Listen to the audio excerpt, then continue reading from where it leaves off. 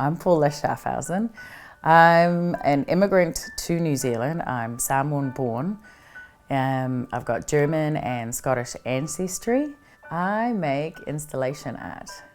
Yes, but the installation art that I've been making is based on coconut oil. So I make my figures out of coconut oil and they have to do with global warming. My sculptural installations are around the god Tagaloa. Tagaloa is the Pacific god of the oceans, from Hawaii, Easter Island to New Zealand.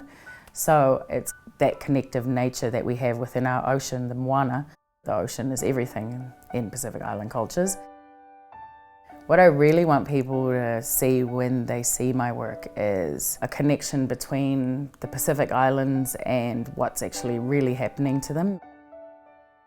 Basically, many of the islands are getting washed away with all these rising temperatures and the rising sea levels. Because I'm using coconut oil, it references the Pacific Islands. And so when coconut oil reaches a certain room temperature, it starts to melt away. So it's kind of a play on those two sort of ideas. When I start making the sculptures, it takes me 3 days to make one sculpture.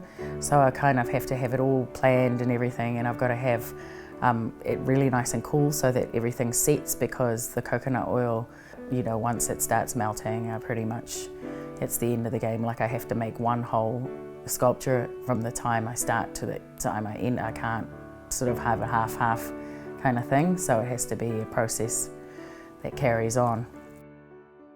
Art relates to my everyday life because it's a way of handling stresses of life, I guess. When I watch the news, it's quite overwhelming what's happening, especially with the global warming thing. That's something that I find very hard to come to grips with, because I think it's a problem that can be quite easily handled.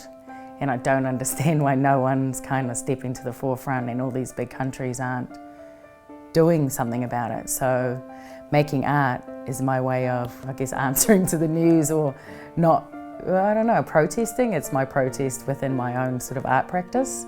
And I hope that within making this art, maybe it might be a way of people seeing us and, and maybe getting some of these stresses out as well.